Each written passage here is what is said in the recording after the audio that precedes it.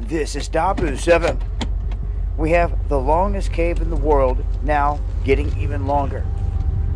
We have the Mammoth Cave right here in Kentucky, officially stating that they have just added another 8 miles to the total, which is now 420 official miles. Now there's other parts of this cave that break off and go in different directions, connect with different cave systems.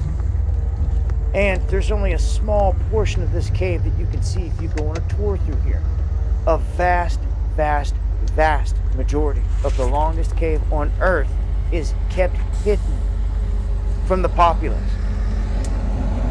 Some of the most expansive and biggest corridors remain out of sight, out of mind. What's in there? What could possibly be in the world's longest cave? Come on now.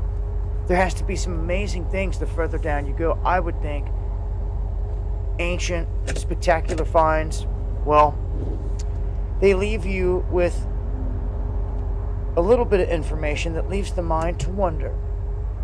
They say that they estimate that up to 600 miles of the cave remains undiscovered. It has told you it's only 420 officially. They're telling you it's more than double in size. Just throwing it out there. And no one's ever going to see where it goes. This is what lies beneath our feet. Well, at least mine, right here in Kentucky. This Mammoth Cave. Next time I'm down here, I'm going to do some video and keep your eyes peeled for a video where we took an underground expedition into this underground lake. It's pretty wild. I'll leave links below. Make sure to follow me on Underground World News Live over on DLive, Monday, Wednesday, and Friday, 9 p.m. Eastern. I'm breaking stories like this down even further and getting down to the nitty-gritty, going down rabbit holes that we only discuss over there. Hope to see you guys there. This is Madabu 7. Much love. Hey, Shalom, Akim Shalom. First thing and foremost, I'm going to give all praises and glory and honor is due to Yahweh, Ba'ashem Yahawashi, Ba'ashem Rakakadash, double honors unto the elders, the apostles of Great Millstone that rule well. Blessings and salutations to the hopeful elect. Noise in the gospel abroad, lifting up the standard of Yahweh, Ba'ashem Yahawashi, wherever it may be. Real quick, this is a video by Dabu 7. It says Mammoth Cave, world longest cave in Kentucky, just got longer. Over 600 miles, still unmapped. And he kills me with his antics and so forth. What's down there? You know, he'd be killing me with that. You know, that's why I think Dabu may be a J, because he's so dramatic. But nonetheless, we could tell you what's down there in a roundabout way, through the spirit and according to the scriptures.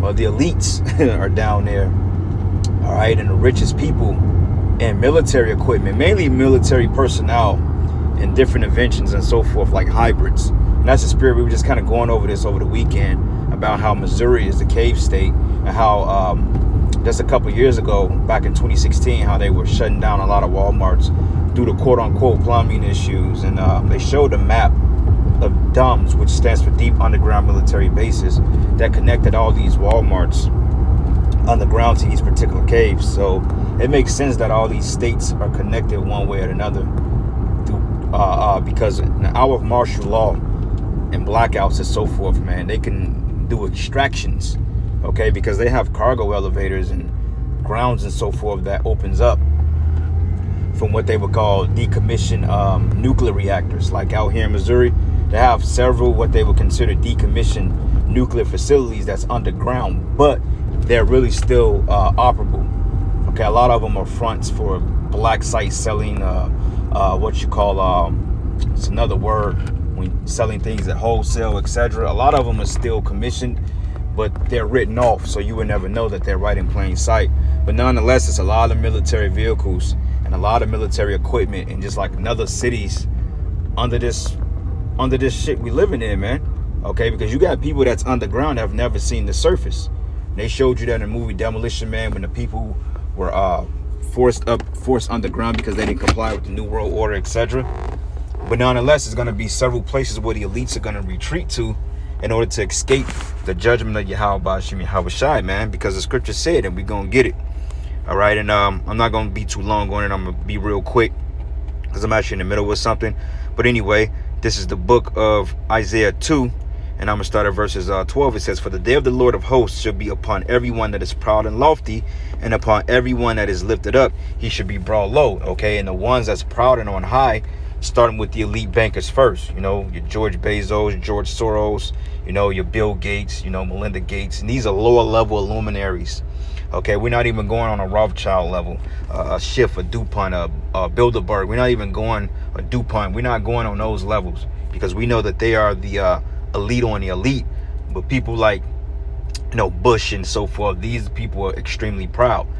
These are the ones that's going to try to retreat to certain caves within this country, but the Most High is going to destroy this place with nuclear missiles. So a lot of them are retreating to overseas and underground bunkers, because believe it or not, they are underground bunkers underneath these particular grounds and caves and so forth. Like, I believe the cheapest bunker starts out like at $1 million, and that's only for like a couple of 100 square feet. So hey, they down there, man.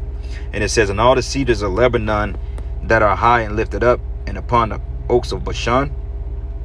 Okay, and like cedars could go into like trees and so forth, which trees represents the different nations.